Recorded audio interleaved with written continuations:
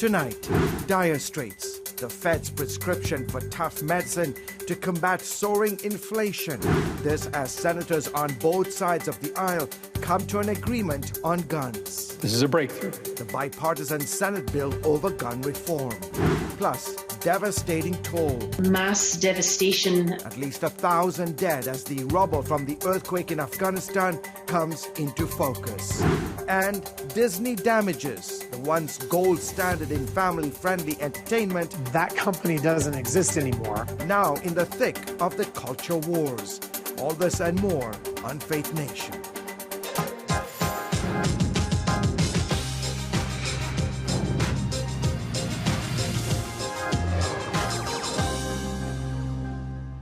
The Fed's dirty work amid economic uncertainty and record high inflation. Hello, everyone. Welcome to Faith Nation. I'm George Thomas. The nation's central banking system is under the microscope. Boy, oh boy, as inflation keeps hitting households with higher prices. CBN's correspondent Brody Carter is here with us. So Federal Reserve's Chair Jerome Powell was grilled in a hearing today by senators. Brody, where does the economy stand according to him, and where are we headed? Well, George, Federal Reserve Chair Jerome Powell, he was in the hot seat today giving the semi-annual monetary policy report to the Senate Committee on Banking, Housing and Urban Affairs. The government says our economy is strong. However, the Fed's main tool for fighting inflation, raising interest rates, could lead us into a recession. Look, Mr. Chairman, we got a hell of a mess here. Okay? Inflation is hitting my people so hard they're coughing up bones.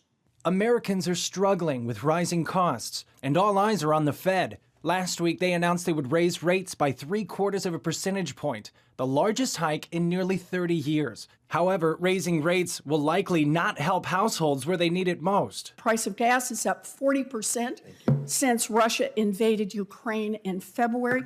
Chair Powell, will gas prices go down as a result of your interest rate increase? I would not think so, no. Price of groceries is up nearly 12% this year. Chair Powell, will the Fed's interest rate increases bring food prices down for families? I wouldn't say so, no. The Federal Reserve is raising rates to cool inflation, and the effect is less business and consumer spending, making it more expensive to borrow money. But many analysts worry the Fed's move could push the economy into a tailspin.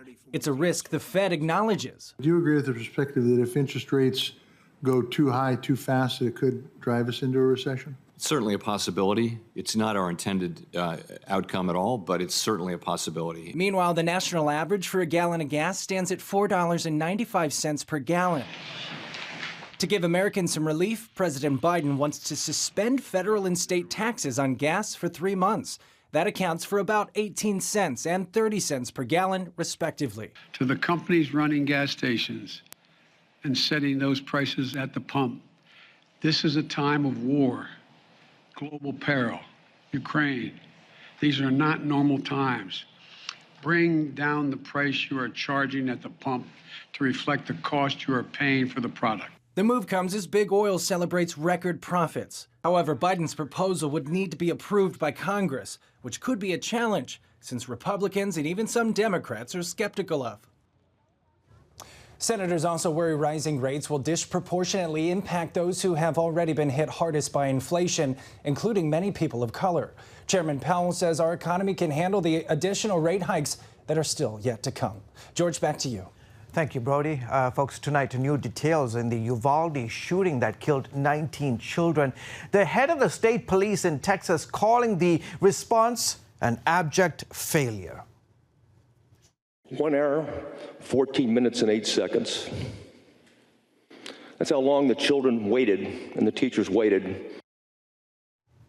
The director of the Department of Public Safety laying blame for the botched response on the on-scene commander, noting that classroom doors could not lock from the inside and adding the police officers wasted so much time, over an hour actually, looking for a key that was never needed.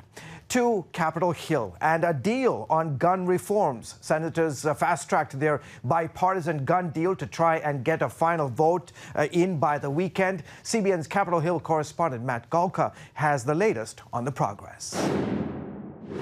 Moves by a bipartisan group of lawmakers means that gun reform legislation could be passed by the end of the week, right before Congress takes off for the 4th of July break.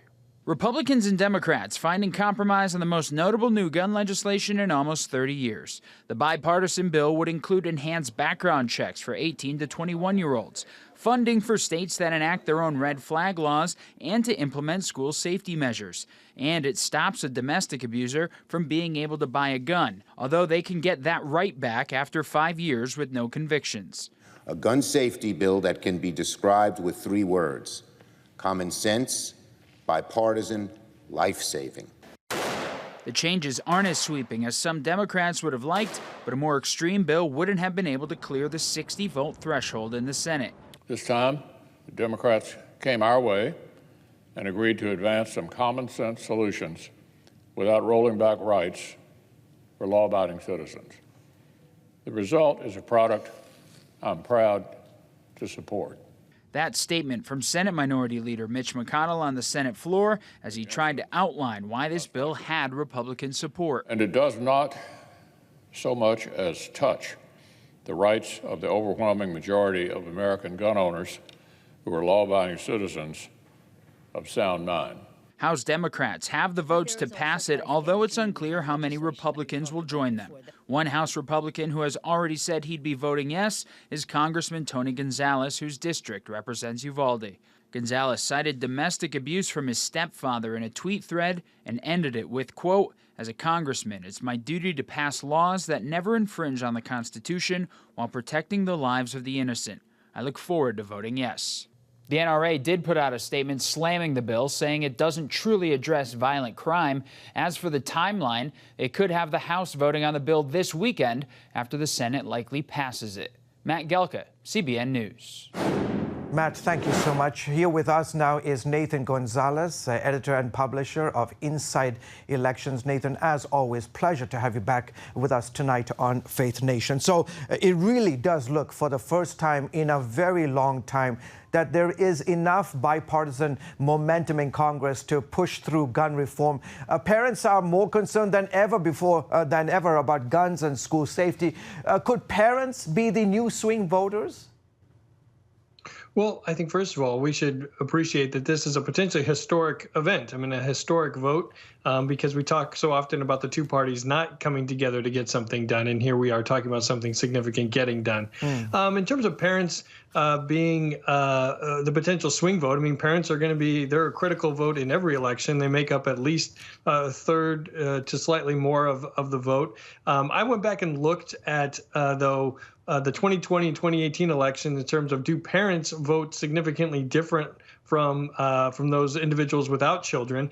And it actually, there hasn't been much of a difference. That there is a gender gap between men and women, but there doesn't appear to be a gap between parents and those who don't have children. So, I mean, they're an important vote. I think we're going to continue to see education and school safety be a top issue, but I think the economy will still reign supreme at the top of voters' minds. Yeah, the economy.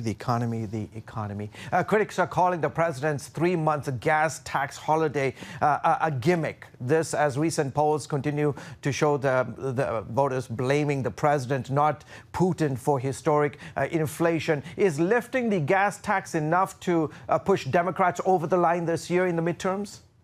No, I mean, I think it's a symbolic gesture. You know, 18 plus cents on a $5 plus gallon of gas, really doesn't make a big difference. I'm sure that people will appreciate any help that they can get, but it's not enough to change the fundamental trajectory of the election or to help give President Biden a boost in his job approval rating. It's going to take something, much bigger and something that hits people, helps people in a more significant way, I think, that change voter attitudes heading into the November elections. Yeah, Nathan, the last few seconds, we're just coming off of yet another primary day. Are we seeing the impact of crossover voting in primaries this year, with Democrats voting to block or support Trump-backed candidates? We're seeing Democrats try to. They've been trying to do this since that Todd Akin race in Missouri back in the day with Senator Claire McCaskill. It's just difficult to pin down how people are voting and why they're voting. we're seeing the parties try, but I think it's tough to determine definitively that really Democrats should get credit for the outcomes of specific Republican primaries. Yeah, okay, terrific. We'll have to leave it there. As always, Nathan, thank you so much for coming on the show. Thanks, George. You're welcome. Tonight, the devastation is only beginning to come into focus after a massive, massive earthquake in Afghanistan. Already at least 1,000 people are dead. We'll explore this story more in a moment. Stay with us. Tonight, the total scope and scale of the devastation is still unclear, but we can say there are at least 1,000 people dead after a powerful magnitude 5.9 earthquake hits Afghanistan. More than 1,600 others are injured in the country's remote southeast region near the Pakistan border. The quake striking 28 miles southwest of the provincial capital of Horst. Rescue efforts are underway. Obviously, they are hampered, we understand, by wind and heavy rain. Even now, the death toll is expected to rise, especially in hard-hit Paktia province.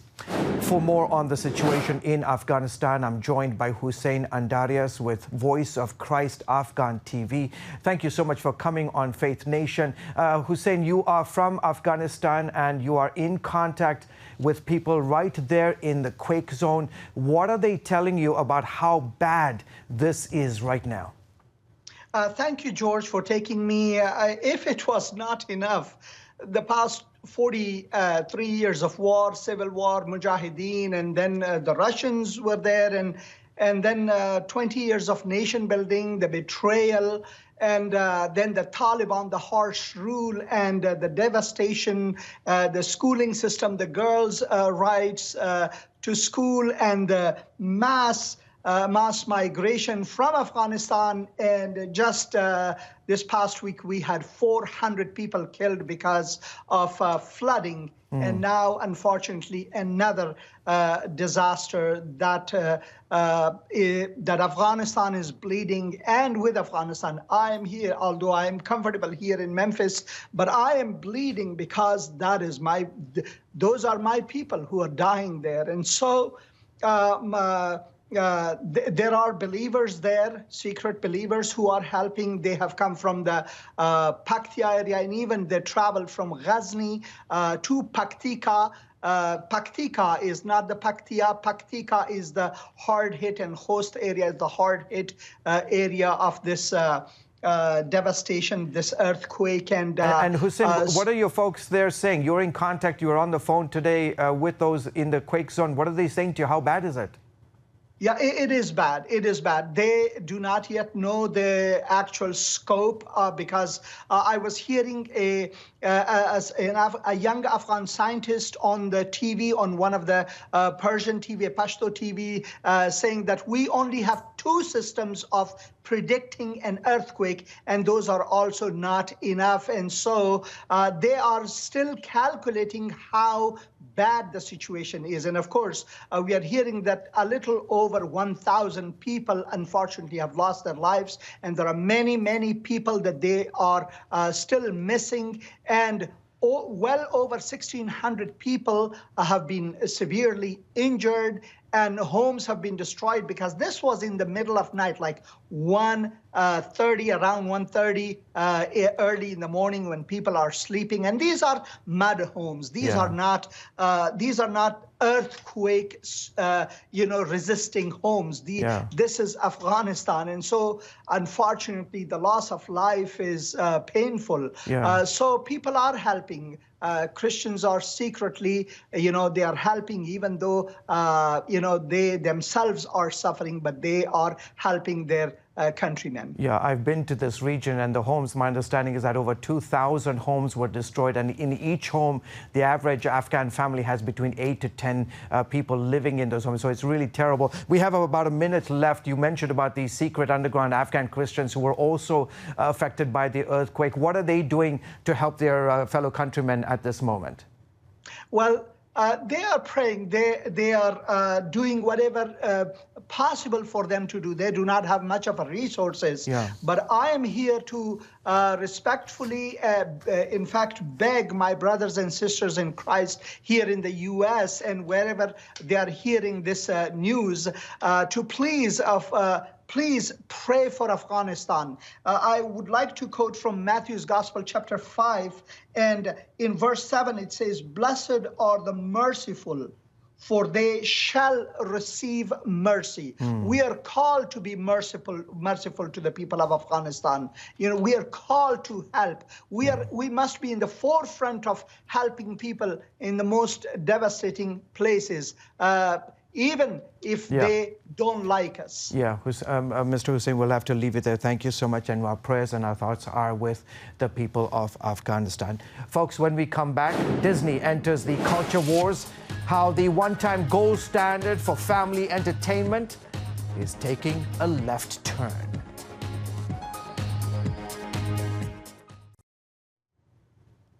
Disney, once the gold standard of family-friendly entertainment, now the company is touting increasingly woke practices surrounding sexual identity and gender.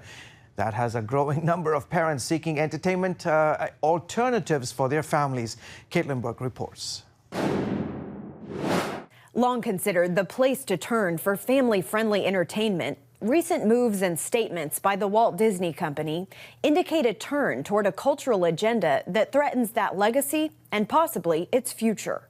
I grew up with the wonderful world of Disney on Sunday nights, and you curl up with a blanket with your family and watch a great Disney movie, and that company doesn't exist anymore. Back in March, Disney made headlines for publicly opposing a Florida law that bans public school lessons, including sexual orientation and gender identity in kindergarten through 3rd grade.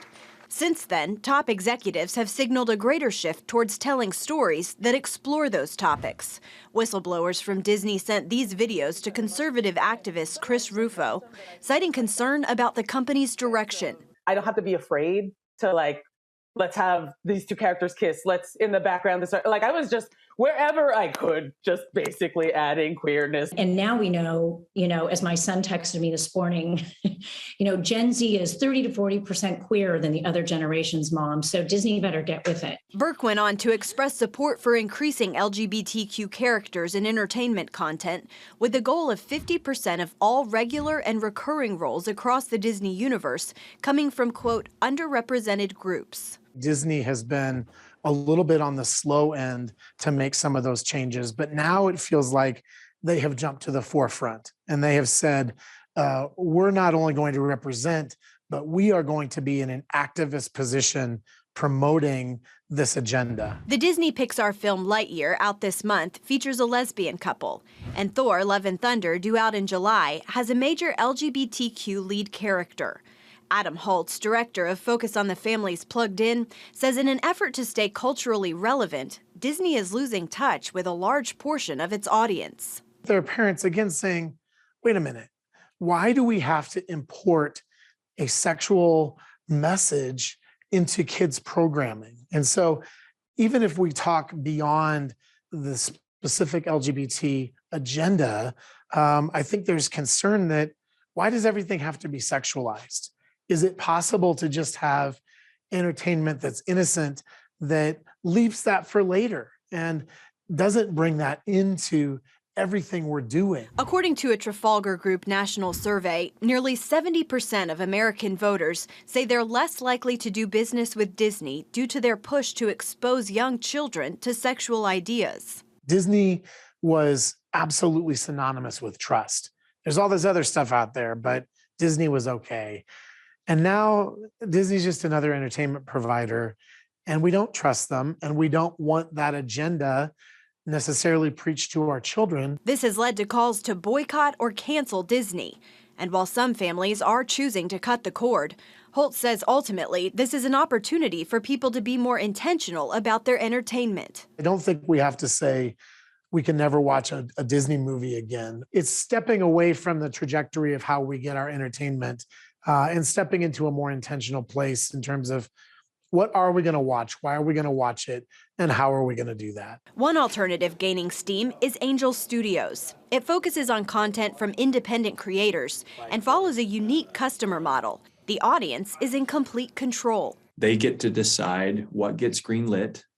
They get to, the creators actually get bonuses because the audiences give feedback. And when the creators produce what the audiences are expecting, then the creators get bonuses. One of the company's most groundbreaking efforts, The Chosen.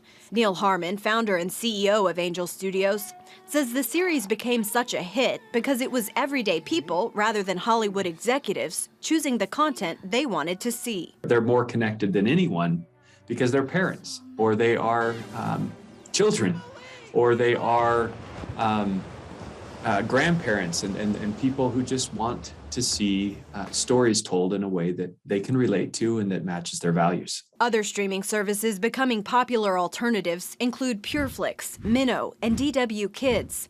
Although another option is just sticking with the classics. I think an interesting alternative is just rewinding the clock a few years. I don't know about you. We have a cabinet full of movies, right, on DVD and Blu-ray. Holtz shares some key advice for parents navigating the ever-changing entertainment world.